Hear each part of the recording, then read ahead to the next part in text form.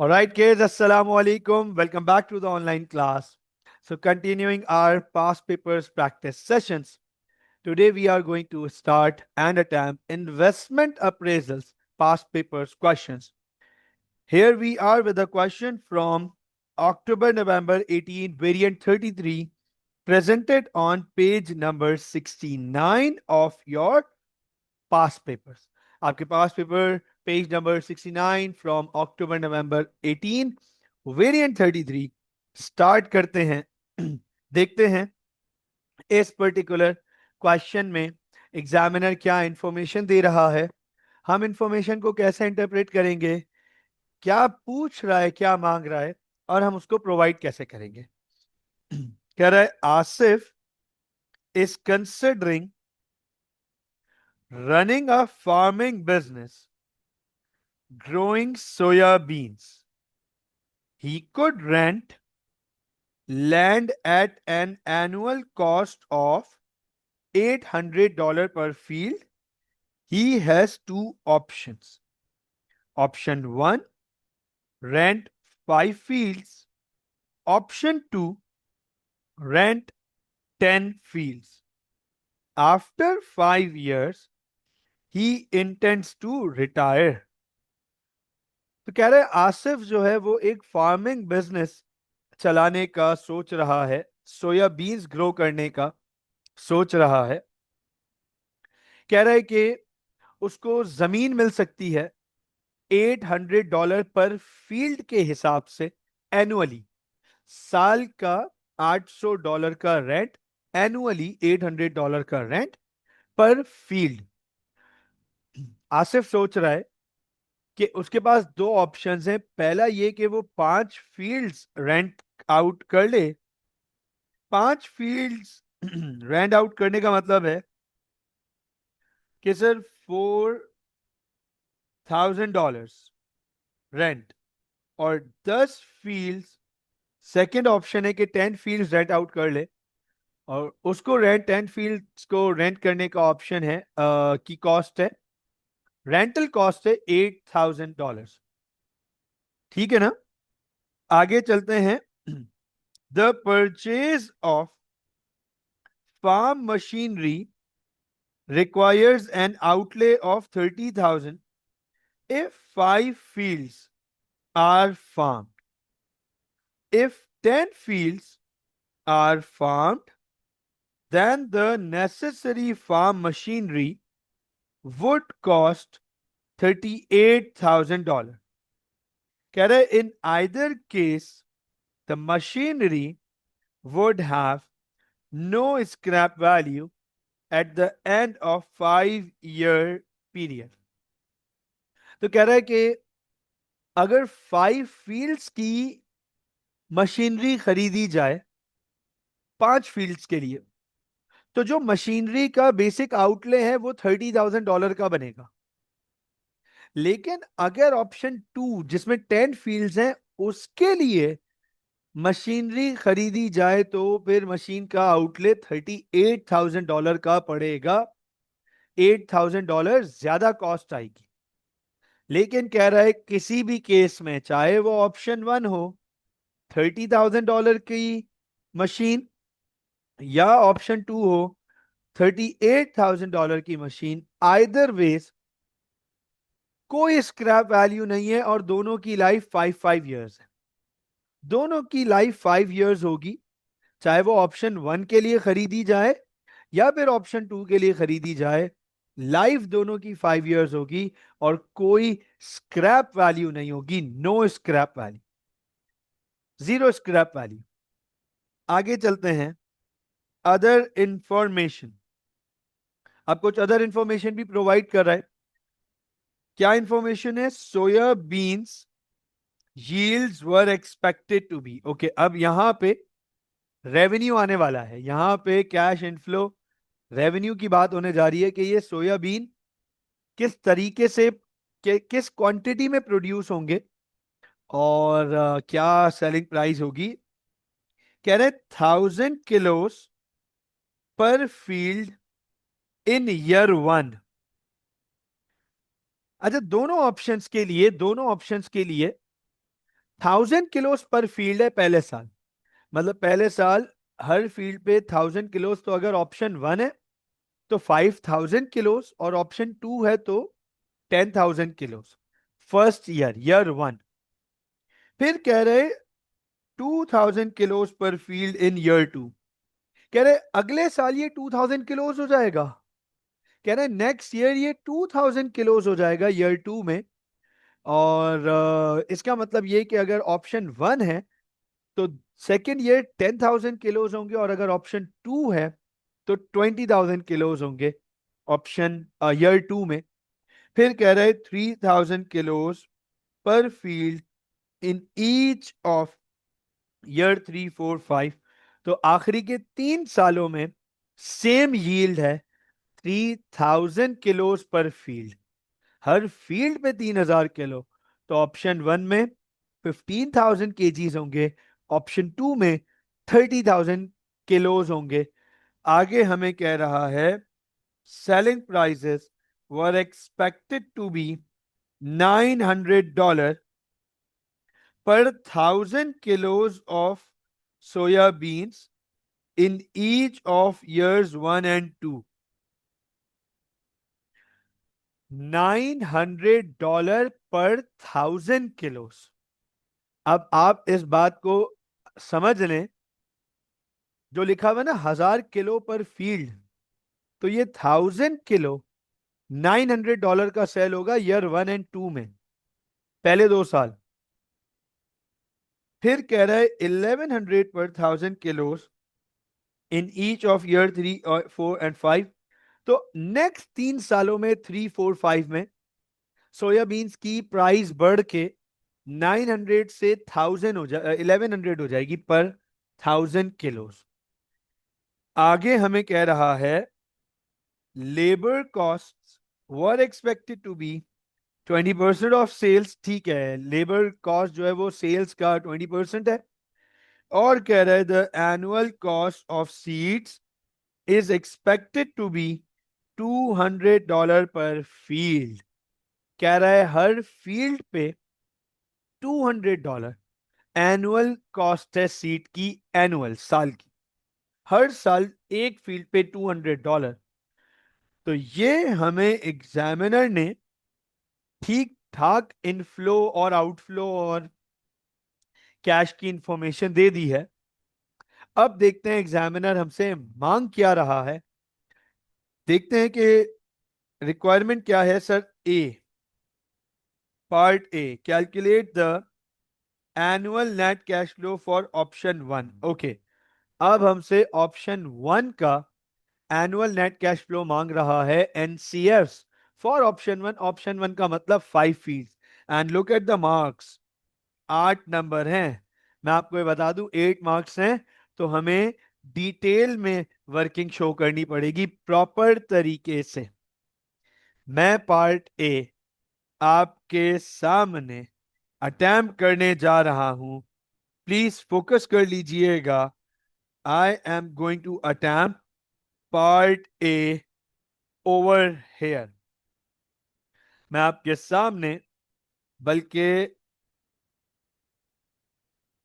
यहां पे मैं आपके सामने पार्ट ए अटेम्प्ट करूंगा। ऑलराइट, क्या पेज है? ये रहा, अक्टूबर नवंबर 1833।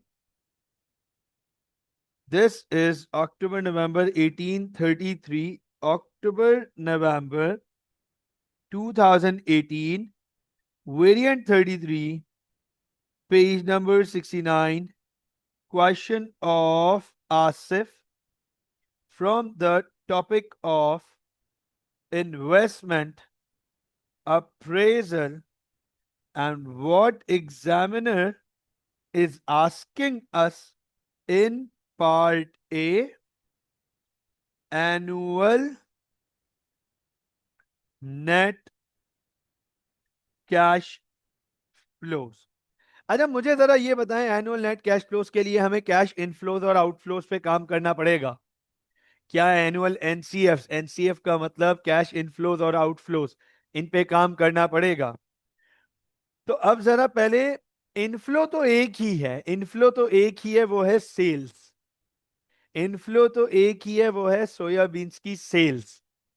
तो मैं आपके सामने पार्ट ए का फॉर्मेट बना रहा हूं, फॉर्मेट चेक कर लीजिएगा, नोटिस कीजिएगा। ईयर, सर सबसे पहले आ जाएगा हमारे पास, ये देख लें, ईयर, उसके बाद सेल्स। सर सेल्स का मतलब है कैश इनफ्लो। पहले कैश इनफ्लो पे बात करेंगे ना, पहले कैश इनफ्लो पे फोकस कर लेंगे। अच्छा, उसके बाद अब आउटफ्लोज आइडेंटिफाई करते हैं, आउटफ्लोज। अच्छा, इसमें काफी ज्यादा आउटफ्लोज हैं बच्चों, काफी ज्यादा आउटफ्लोज। फोकस कीजिएगा। सर सबसे पहले तो ये फार्म की मशीनरी है, सबसे पहले तो ये मशीनरी की वजह से आउटफ्लो है। उसके बाद रेंट, ये रहा रेंट। दूसरा आउटफ्लो है रेंट की वजह से, ठीक है। तीसरा आउटफ्लो है, रेंट हो गया, ये मशीनरी हो गई। तीसरा आउटफ्लो है लेबर, और चौथा है सीड्स। तो तीसरा आउटफ्लो है लेबर, और फिर सीड्स की वजह से आउटफ्लो। तो बिजनेस को एनसीएफ मिल जाएंगे एंड में। अब आप देखें, मैंने आपका लेआउट रेडी कर दिया है। Year 0, 1, 2, year 1, 2, 3, 4 and 5। तो ये 5 सालों का डाटा। अब सबसे पहले सेल्स पे काम कर लेते हैं, सबसे पहले सेल्स पे काम कर लेते हैं। तो फोकस कीजिएगा, एग्जामिनर ने हमें दो अलग अलग रेट्स दिए हैं, पहले ईयर 1 और 2 के हैं, और फिर ईयर 3, 4, 5 के। तो 900 पर 1000 किलो का मतलब है एक फील्ड से 1000 किलो बन रहे हैं, एक फील्ड से। गाइस इधर अटेंशन दीजिएगा, मुझे अटेंशन दीजिएगा। हर फील्ड पे 1000 किलो प्रोडक्शन है पहले साल, फर्स्ट ईयर। तो क्या मैं ये कह सकता हूं $900 पर फील्ड? क्या मैं ये कह सकता हूं कि $900 पर फील्ड, है ना? मैं ये कह सकता हूं ना $900 पर फील्ड पहले साल, क्योंकि हर फील्ड पे 1000 किलो है। तो इसका मतलब पांच फील्ड से जो इनकम होगी वो होगी $4500 इन ईयर 1। पहले साल $4500 की सेल्स होंगी, ठीक है। अब पहले सेल्स पे काम करते हैं, पहले सारा सेल्स पे काम करते हैं। दूसरे साल रेट वही है, the rate is same at $900। However second year में प्रोडक्शन 2000 किलोज है पर फील्ड 2000 किलोज। इसका मतलब यह है कि $1800 हमें हर फील्ड से मिलेंगे। तो $1800 इंटू 5 फील्ड्स, $9000। जब हर फील्ड पे प्रोडक्शन डबल हो गई तो, और रेट सेम है, तो सेल्स भी तो डबल हो जाएंगी। Is this right? So I hope कि यहां तक क्लैरिटी होगी। आगे चलते हैं, ईयर 3। अच्छा, अब ईयर 3 में प्रोडक्शन भी चेंज हुई है और प्राइस भी चेंज हुई है, सेलिंग प्राइस भी चेंज हुई है। 1100 पर 1000 किलोज, और हर फील्ड पे 3000 किलो बन रहे हैं। इसका मतलब हर फील्ड पे 3 टाइम्स। तो एक फील्ड से 3300, 5 फील्ड से 16500। हर एक फील्ड से 3000 किलोज जनरेट हो रहे हैं, और हर एक 1000 किलो के $1100 ऑफर किए जा रहे हैं। इसका मतलब $1100 अगर 1000 किलो के हैं तो 3000 किलो के 3300 हो गए। एक फील्ड से 3300, तो 5 फील्ड्स के 16500 हो गए। अच्छा, ईयर 4 और 5 में ना प्रोडक्शन में कोई चेंज आ रही है और ना सेलिंग प्राइस में, तो यही 16500 ईयर 4 और 5 की भी सेल्स रहेंगी। और ये बन जाएगा आपका, ये चेक कर लीजिएगा, कैश इनफ्लो। ये लीजिए, ये आपका बन जाएगा कैश इनफ्लो। मुझे ये बताएं, is this clear? Yes please. तो सर यहां तक बिल्कुल क्लैरिटी है, अब कैश आउटफ्लोज पे काम करने। अच्छा, आप नोट करो, ये चारों कैश आउटफ्लोज हैं। All of these are cash outflows, ये चारों कैश आउटफ्लोज हैं। अच्छा, सबसे पहले ऑप्शन 1, 5 फील्ड्स के लिए मशीनरी खरीदेगा $30,000। मुझे ये बताओ, ये मशीनरी कब खरीदेगा? when Asif will be buying this machinery? Sir machinery at the time of starting the business खरीदनी पड़ेगी। ये नहीं बोल सकते कि वो पहला साल है। नहीं नहीं नहीं नहीं, उसे हम डिनोट करते हैं ईयर 0 से। हमने ये बात पढ़ी है, year 0 is the starting point. Year 0 is the starting point. तो ईयर 0 पे वो 30,000 की मशीनरी खरीदेगा, तो ये आउटफ्लो होगा, बिजनेस से पैसा बाहर जाएगा। अच्छा मुझे बताओ, क्या इसको ये मशीनरी हर साल खरीदनी पड़ेगी? क्या इसको ये मशीनरी हर साल खरीदनी पड़ेगी? नहीं सर। तो बाकी सालों में कोई मशीनरी का आउटफ्लो नहीं है, बाकी ईयर्स में मशीनरी का कोई आउटफ्लो नहीं है। अच्छा, अब आते हैं रेंट पे। रेंट बहुत इजी, हम ऑलरेडी रेंट की वर्किंग कर चुके हैं। अगर एक फील्ड पे $800 है, तो 5 फील्ड्स पे $4000 बनते हैं। क्या उसको हर साल, क्या आसिफ को हर साल ये $4000 देने पड़ेंगे? हर साल ये $4000 देने पड़ेंगे, ये चेक कर लीजिएगा, एवरी ईयर। पहले साल भी, दूसरे साल भी, तीसरे साल भी, चौथे साल भी, 5वें साल भी, हर साल। तो सर रेंट आसिफ को 5 साल देना है और हर साल का रेंट $4000 बनेगा। अब आ जाते हैं जरा लेबर के ऊपर। लेबर पे कह रहा था कि लेबर 20% ऑफ सेल्स है, सेल्स का 20%।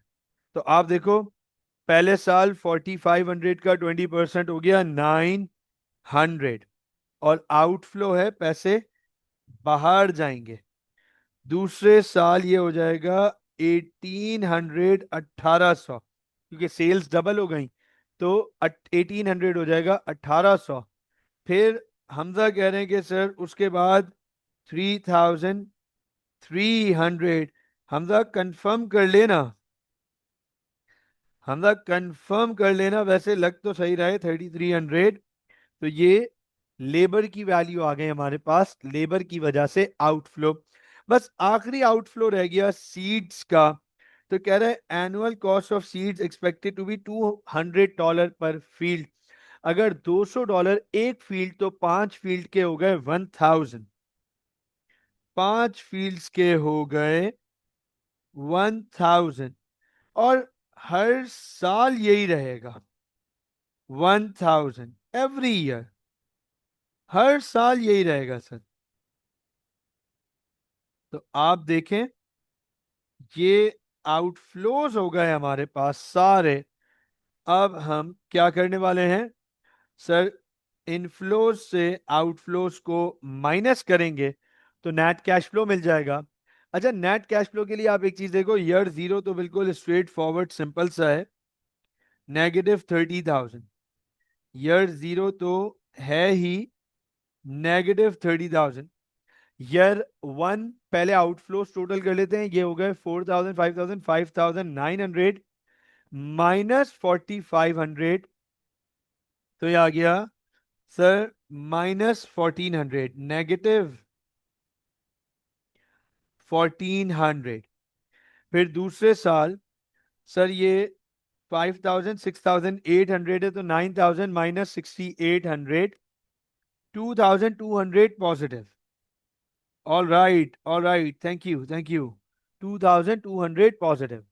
इसके बाद 4,000, 5,000, 8,300, तो 16,500 -8,300, सर ये आ गया 8,200 for the rest of the 3 years।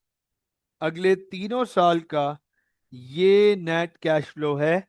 तो आप ये देख लें, ये हमारे एनुअल नेट कैश फ्लोज आ गए।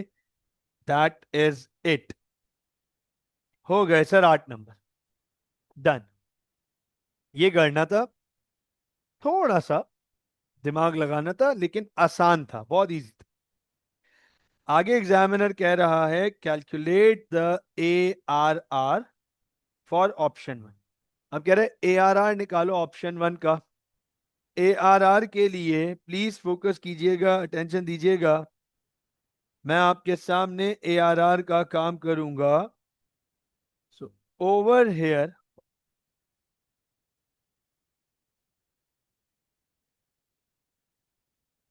यहीं पे काम कर देता हूं, बल्कि दिस इज पार्ट बी।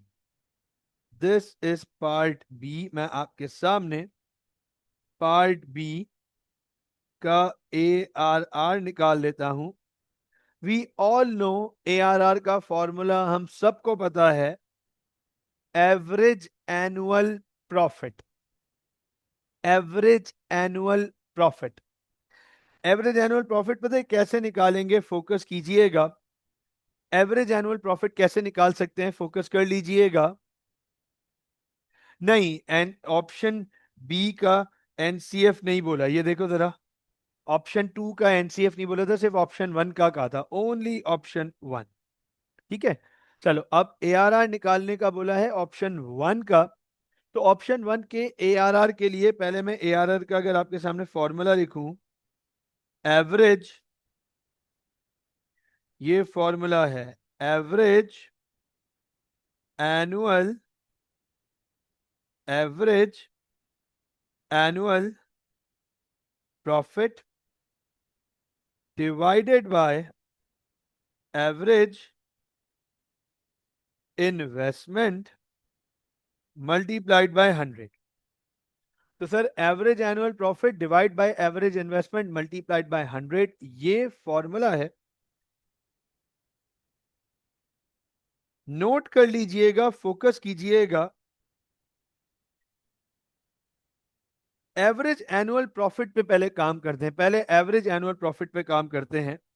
तो एवरेज एनुअल प्रॉफिट के लिए हमें पहले, मैंने ये सब ब्रैकेट में क्यों लिख दिए, ये बाकी तो सब पॉजिटिव हैं, मुझे सारे कैश फ्लोज को ऐड करना है ईयर जीरो को छोड़ के।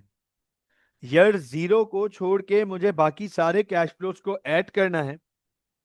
तो -1,400 +2,200 +8,200 +8,200 +8,200, तो सर ये बनता है 25,400। इसमें से मुझे डेप्रीसिएशन माइनस करनी है, डेप्रीसिएशन एक्सपेंस। अंडरस्टैंड करना इस बात को, फोकस करना। सर पूरा एसेट फुली डेप्रिशिएट हो रहा है because it has no scrap value. Because it has no scrap value, ये पूरा एसेट डेप्रिशिएट होगा। तो 5 साल में मशीनरी की डेप्रिसिएशन टोटल 30,000 होगी। आप नोट कीजिएगा, मैं एवरेज एनुअल प्रॉफिट के लिए कैसे काम करूंगा। 25,400 माइनस 30,000, तो पूरे प्रोजेक्ट पर लॉस आ रहा है। लॉस पूरे प्रोजेक्ट पर 4,600 का लॉस आ रहा है पूरे प्रोजेक्ट पे। और पूरे प्रोजेक्ट की लाइफ है 5 years। तो 1 साल का एवरेज जो लॉस आएगा, एवरेज एनुअल प्रॉफिट नेगेटिव में आएगा, वो आएगा 920। ये चेक कर लीजिएगा, -$920। प्रॉफिट तो छोड़ो, ऑप्शन 1 में तो एवरेज लॉस है। पूरे प्रोजेक्ट पे 4,600 का लॉस है, तो 5 साल में 1 साल का लॉस हुआ $920। ओके, मैं एक दफा इसको दोबारा रिपीट करता हूं, फोकस कर लीजिएगा। मैं एक दफा इसको दोबारा रिपीट करता हूं। मुझे ये बताएं, क्या पहले साल हमारा नेट कैश फ्लो नेगेटिव है? नेगेटिव। दूसरे साल, तीसरे साल, चौथे साल और पांचवें साल हमारे नेट कैश फ्लोज पॉजिटिव हैं। आपको याद होगा कि मैंने आप लोगों को इन्वेस्टमेंट अप्रेजल के टॉपिक के टाइम ये बताया था कि हम एनसीएफ्स को प्रॉफिट में कन्वर्ट कर सकते हैं अगर हम इसमें से डेप्रिसिएशन को एडजस्ट कर दें। अगर हम इसमें से डेप्रिसिएशन को एडजस्ट कर दें, तो एक बात समझना हामिद, अगर हम इस 30,000 को, जो कि कॉस्ट है मशीन की, 5 सालों पे डिवाइड करें, तो क्या हर साल की डेप्रिसिएशन 6,000 बनेगी? 6,000। तो बजाय हर साल अलग अलग 6,000 माइनस करें, क्यों ना इनमें टोटल 30,000 माइनस कर दें। बात समझ आई? क्यों ना टोटल 30,000 एक साथ माइनस कर दें।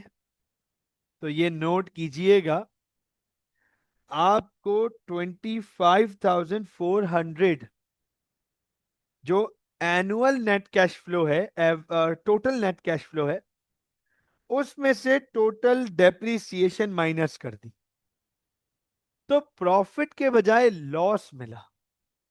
और वो लॉस पूरे प्रोजेक्ट पर है, 4,600। तो 5 साल की लाइफ है, तो 1 साल का लॉस हुआ $920। Is this clear now? Yes please. तो सर, एवरेज एनुअल प्रॉफिट आ गया। अब एवरेज इन्वेस्टमेंट, हम सब ने एवरेज इन्वेस्टमेंट के बारे में भी पढ़ा हुआ है कि सर एवरेज इन्वेस्टमेंट का फॉर्मूला है initial plus scrap divide by 2। तो सर स्क्रैप वैल्यू तो कोई है ही नहीं, और इनिशियल है 30,000। इनिशियल इन्वेस्टमेंट है 30,000, तो 30,000 को हम डिवाइड बाय 2 करेंगे, तो एवरेज इन्वेस्टमेंट आ गई 15,000 इंटू 100। तो सर ARR आएगा -920 डिवाइड बाय 15,000 मल्टीप्लाइड बाय 100। ये आ गया 6.13 -6.13% ARR। ARR नेगेटिव आया है ऑप्शन 1 का। सो आई होप कि आप लोगों को गाइस यहां तक बिल्कुल क्लैरिटी होगी। आगे चलते हैं पार्ट सी की तरफ। पार्ट सी की तरफ सर अब कह रहा है कि ARR निकाल के दो, ऑप्शन 2 का पार्ट सी में। पार्ट सी में कह रहा है calculate the ARR for option 2। अब इसके ARR के लिए देखो हमें ज्यादा वर्किंग नहीं करनी पड़ेगी, मैं आपको बताऊं, ज्यादा वर्किंग नहीं करनी पड़ेगी इसके एआरआर के लिए। रीजन भी कि फील्ड का नंबर ऑफ फील्ड्स डबल हो रही हैं, नंबर ऑफ फील्ड्स डबल हो रही हैं, तो सेल्स की वैल्यू तो सारी डबल हो जाएंगी, रेंट की वैल्यू भी सारी डबल हो जाएंगी, ठीक है, लेबर कॉस्ट भी सारी डबल हो जाएंगी, और एनुअल कॉस्ट भी सारी डबल हो जाएंगी। सिर्फ एक जगह फर्क आएगा, 8,000 मशीन और बढ़ जाएगी, बाकी सारी वैल्यूज हमारे पास डबल हो जाएंगी, क्योंकि फील्ड डबल हो रही है। तो ये चेक कर लीजिएगा, मुझे ज्यादा कुछ नहीं करना, मुझे ज्यादा कुछ नहीं करना। ये चेक कर लीजिएगा मैं कैसे काम करूंगा। मैं सिंपल एक काम ये कर रहा हूं, ये चेक कीजिएगा, बल्कि मैं इसको इस तरीके से कर देता हूं कि डायरेक्ट मैं इसको डुप्लीकेट कर लेता हूं, और अब मैं इनमें चेंजेस क्रिएट कर दूंगा। ये चेक कर लीजिएगा, अब मैं इसमें चेंजेस क्रिएट कर दूंगा। सर क्या चेंजेस करूंगा, प्लीज फोकस कर लीजिएगा। This is part C, part C के लिए, पार्ट सी के लिए सेल्स 4,500 के बजाय 9,000 हो जाएंगी, और ये सेल्स 9,000 के बजाय 18,000 हो जाएंगी,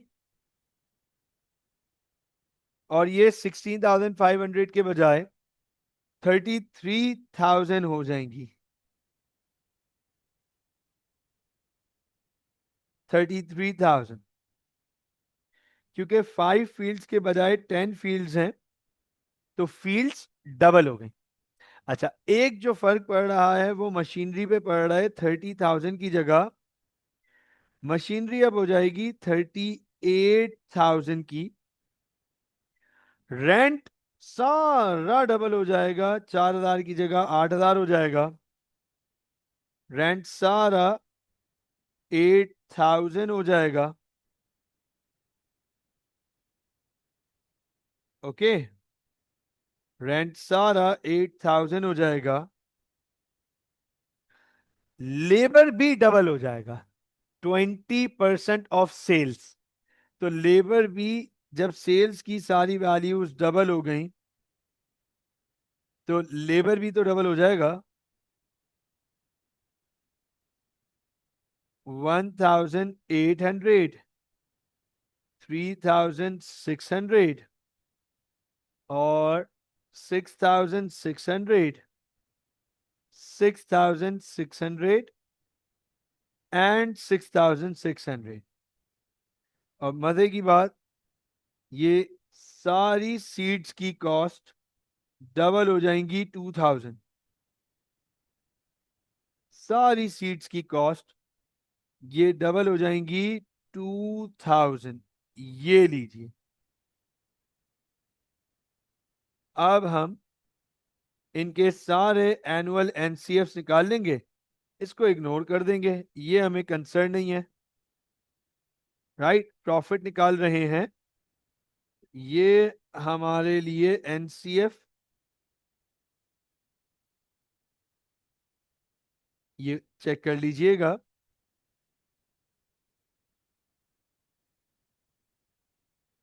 ये मैंने सारे सालों की इंफॉर्मेशन आपके सामने रख दी। अब मैं प्रॉफिट पे काम करूंगा, एवरेज एनुअल प्रॉफिट पे काम करूंगा। Now I would be working on average annual.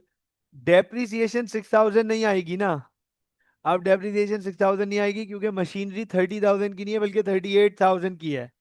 So 38,000 divide by 5, 7,600 होगी। हर साल 7,600 है, तो 5 सालों की टोटल 38,000, वही टोटल करके कर लेंगे, वही टोटल करके कर लेंगे। अब चेक करना, पहले साल का जो एनुअल नेट कैश फ्लो है पहले साल का, वो है 8 और 2 10 और 11,800 -9,000, तो -2800, -2800। और फिर दूसरे साल का है 8 और 2 10, 13,600, 18,000 माइनस 13,600, पॉजिटिव है 4,400 पॉजिटिव। और थर्ड ईयर का बाकी लास्ट 3 साल का 8 और 2 10, 16,600, 33,000 माइनस 16,600, ये बनता है 16,400।